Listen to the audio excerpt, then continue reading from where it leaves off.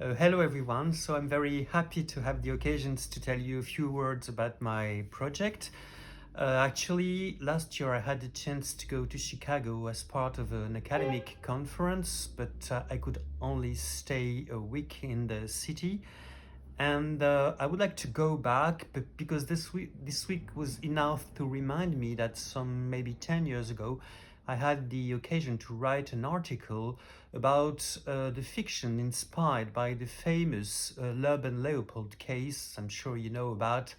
that took place in Chicago in 1924. It's a very famous story about these two 19 years old boys. We were from very well-off families, and a very privileged boy that killed a slightly younger boy, Bobby Franks, just for the thrill of it, as they said at the trial, and actually because they wanted to rise above common morality. So my project is not to tell this story all over again, because it has already been done very well by Mayer Levin, especially Mayer Levin in his novel Compulsion. But what I would like to do is, along the lines of my novel Tue-Tête and my book Blackback, will be to use this story to explore the links between crime fiction and classical music. Because I think that many of the issues raised by the case, such as the fact that the boys belong to the Jewish community and the question about the sexual nature of the crime, of course, are still relevant today, as well in French as the United States.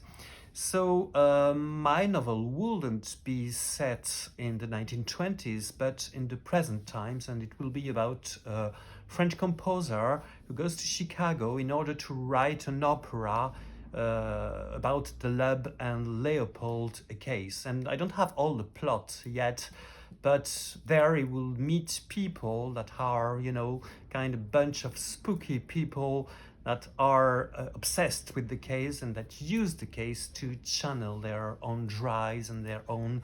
frustrations. So doing this will be to engage in some kind of Chicagology, and that's why I would be very grateful if I could spend some time in the city, because I could go back to the Art Institute, the Chicago Art Institute, but also in the Chicago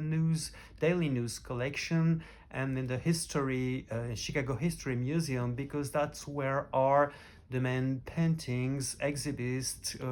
court reports related to the case. And it will be also the occasion to see my contacts at the Chicago University again. So I guess that's all for today, and I hope it was interesting for you, and thank you for listening.